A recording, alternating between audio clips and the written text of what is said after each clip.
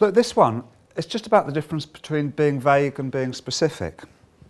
And occasionally, vague is fine. I quite often set intentions, especially where I've got creative projects on the go.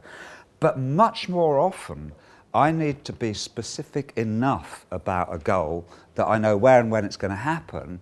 Otherwise, I'm just kidding myself. I walked into this one. It's kind of interesting, especially if you're interested in money stuff. I walked into this one around money stuff because I'd come across prosperity consciousness. And, you know, this is the notion that if you're bothered about money stuff, then there is a relationship between the flows of thoughts in your mind and the flow of actual money in your life. So if you want to change that stuff, guess where you need to look? This stuff. I was going, okay, fine, I've got the hang of this. And I'd realised that financial independence was a good move, because even back then retirement was looking a bit suspect, it's now looking a lot more suspect. But you can work towards financial independence. But I was terminally vague. I mean, I was so vague about money stuff, I didn't know what I'd got in the bank, what I was worth, I didn't know anything. I think it's a middle-class background where that, you know, money's taken care of, so you never think of it. Bit of a liability.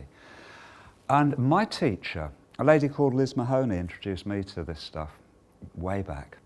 She had to beat me into shape and get me specific about money stuff. What exactly did I mean by financial independence? What income did I want to be able to live on that I considered reasonable? Therefore, what capital sum would I need to be accumulating? And how many years, you know, how bothered was I about doing it and getting off? A whole lot of really specific questions. And it took me from vague land to having a clear plan of action.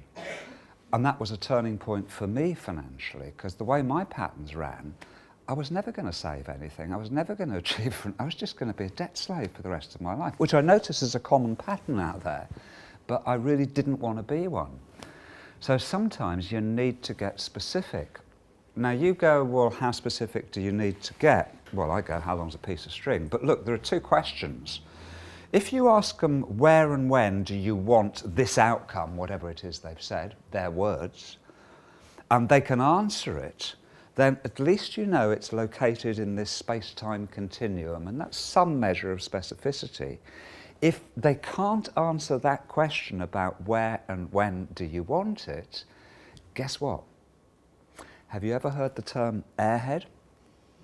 Perhaps I shouldn't, perhaps I'm going to be politically incorrect here.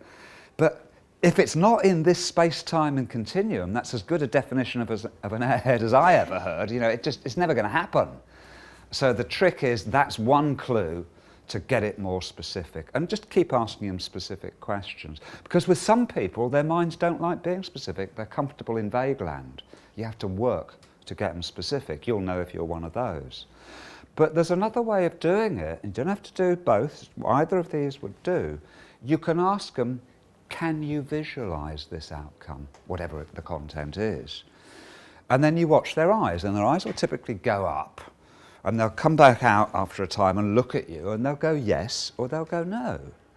Now, if they go yes, you have evidence that they visualized themselves achieving an outcome in some context, somewhere in the space-time continuum.